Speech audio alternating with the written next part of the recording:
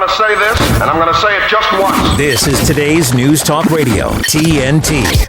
Welcome back, ladies and gentlemen. We're still in hour number one of this live broadcast. I'm your host, Patrick Henningsen. Thank you for rejoining us. And as I said before the break, the top story right now in the world, well, it has to be the top story in the world. I think we're very much on the precipice of potentially of a third world war. I don't say that lightly, and I know this is some alternative pundits hyperbolically announce this on a weekly basis for the last 10 years. I won't mention any names, but actually this is the real deal. We are looking at a situation, according to U.S. sources, that Iran might hit multiple Israeli targets within the next 24 to 48 hours. What does this mean? This is a level of potential conflict here that will almost certainly drag in the major powers alongside Israel, their ally. I'm talking about the United States of America, Great Britain, etc. This is going to put the whole world on absolute war footing if this happens. The question is, can it be averted? Is it possible to de-escalate? I want to point to our next guest right now. She has just penned an excellent op-ed for Al Mayadeen, which is a fantastic Middle East news site. And the title of her article, which is on this very topic, Iran consulate bombing, Israel's act of desperation. Maram Susli, a.k.a. Syrian Girl, is joining us on the live link right now. Syrian Girl, how are you? Thank you so much for having me here. And thank you for that excellent introduction as well. Yes, Al Mayadeen is a Lebanese satellite TV and written news website, and I'm very proud to have written for them. No, it's an excellent piece, but also the seriousness of this can't be underestimated, as you well know. I know that you've also been running a massive public forum on X Twitter Spaces in the early hours of this morning, so we appreciate the fact that you're available for us for this segment, Syrian Girl. What do you make of this situation right now? This is kind of new territory. We haven't been here before. The risks are huge. The ramifications are far-reaching. What do you make of this current impasse right now this weekend? I think you described it very accurately, in fact. It is possibly bringing us to the brink of World War III. And the mechanism by which this could happen is that, Israel does have nukes. We know that they are unhinged in their activity in the last 6 months has shown that they're not really a rational actor. So, and it's first of all, an attack on them could trigger a nuclear response and then hence a nuclear war. We know they have the Samson option. They could target multiple targets around the world. And as a result, nukes are flying. Suddenly, everyone's nukes are flying. The other mechanism by which this could happen is slower than that. The American, Zionist lobby is going to drag the US into war. I believe the UK may be involved as well.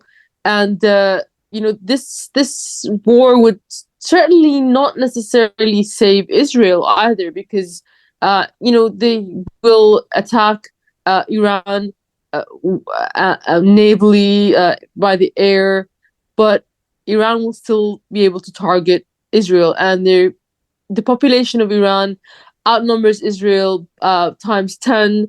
They have far more capabilities, and they can definitely, wipe Israel off the map, as they say, no matter what the United States does. So, at the same time, Iran is an ally of Russia and China, and they would definitely, at the moment, the Russian soldiers are near the Golan Heights.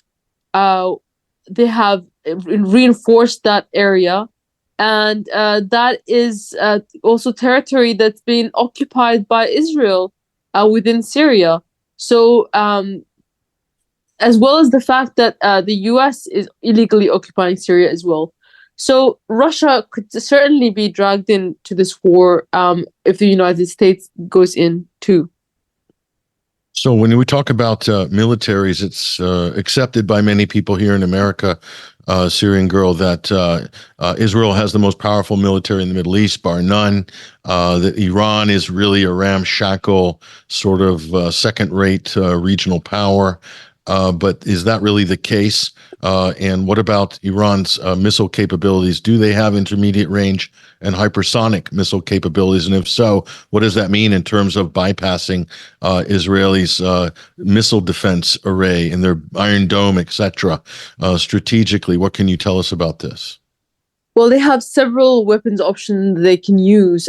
They have the, as you called it, the hypersonic missiles. They're ballistic missiles. They basically go up into the stratosphere and they come down with kinetic force onto the target. These were used on the US military base in Iraq, the Al-Assad Air Base, in 2021 as a response to Soleimani's assassination. And these missiles would certainly bypass the Iron Dome simply because, the speed and the kinetic force that they have, the Iron Dome wouldn't be able to stop them. Second form of missile that they can use are cruise missiles. And these actually have AI that can dodge the air defense systems of the Israelis. And finally, they have drones. They have the Shahid drones, which again can be are completely maneuverable and can dodge the Iron Dome system and as well as overwhelm it. And of course, Iran is not alone. It's going to be coordinating with the resistance axis. And so they can launch, as Hezbollah has done in the last hour, consecutive missile volleys to overwhelm the Iron Dome at the same time. So all of these options are available. And, this is not like 15 years ago, when maybe you could say that Israel is more powerful than Iran.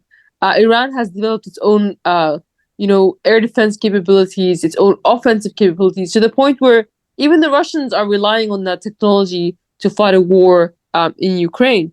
So really, Iran is not is strong navally and with the missile systems, and now with the drones more so than Israel. So this is interesting because this is the problem that Ukraine is having. They've depleted their Patriot missile batteries, which are supplied by the United States. Likewise, Israel's defense systems are supplied. The munitions are supplied by the United States. And so you said in the last hour or so, last couple of hours, Hezbollah sent a volley into Israel. So they could, in theory, do this between the various resistance axis members, including Hamas, to deplete or to sort of, drain the Iron Dome of its munitions and therefore create an open target, really, for the Iranians at a time of their choosing. Is this a viable scenario? Well, I think so. And one must remember that every one of those missiles in the Iron Dome costs something about $60,000 to $70,000 for the U.S. taxpayer. And it is the U.S. taxpayer that's footing the bill for the Iron Dome, which is interesting because the U.S. doesn't have its own Iron Dome system. Certainly, the U.S. soldiers that are stationed in the Middle East aren't being protected by this Iron Dome. So, sorry, go ahead. No, go ahead. Go ahead and finish, Syrian Girl. Well, just, in finality, it certainly seems that, Iran is bound to retaliate at this point. If you read the geopolitical atmosphere, it seems like it is inevitable. And so one would think that, overwhelming the Iron Dome system would have to be one of the things that Iran does. So what Israel did here, what started this particular round of hostilities, was Israel hitting an Iranian embassy in Damascus, killing two Iranian high-ranking generals, in fact, and senior people. And that's a diplomatic facility. It's a total contravention of international treaties and international law. So Israel started this particular round of hostilities. But just the fact that the United States is lobbying to Iran to show restraint in terms of hitting targets in Israel, etc. And everybody's now stressed out and worried about this. Doesn't this in itself show that Iran has a tremendous amount of leverage? Why I'm saying this, Syrian Girl, is if Iran makes a back channel agreement to not strike Israel, What would Iran want in return as a quid pro quo? A ceasefire in Gaza? Or would we be into some kind of protracted chess game of negotiations, which, let's face it, you wouldn't want to be playing that game with Israel because, quite frankly, in the past, they don't play by the rules when it comes to such negotiations. But what about Iran's leverage? What would they want in return if they were to show restraint? Well, here's the interesting thing. Sometimes such a thing happens just before negotiations take place in order to weaken the position of the other party. So perhaps the strategic thinking was you attack Iran in a brazen way. This intimidates Iran. And so when they come to the table for negotiations, they're gonna take a weaker deal. And this sort of thing happened while Iran, the United States is dangling a few concessions at Iran. With Egypt, they're trying to make a treaty with Hamas in terms of a ceasefire, but a temporary ceasefire with 40 hostages or prisoners of war exchanged for the hostages of Palestinians that Israel is holding. So that was floated. Also, they tried to make some concessions to the Yemeni forces, the Houthis or Ansarullah. That is their other alternative, more official name. So, but neither of those things succeeded, and so the ceasefire has to be permanent. Maybe that might prevent a retaliation by Iran. But the problem that the U.S. is going to face is the fact that the resistance axis is not under complete control of Iran. They have also their own autonomous voices. So even if they were to strike a deal with one faction of the Axis, that's not going to necessarily stop the Iranians from looking out for their own interests.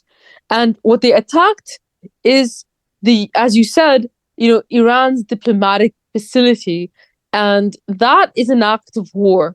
And without answering to that, no matter what they dangle in front of the resistance axis, without answering to that, Iran is going to immediately be in a weaker position. So they've sort of, and then maybe on purpose or inadvertently, sort of forced Iran's hand to come forward and join the resistance axis in its attacks on Israel.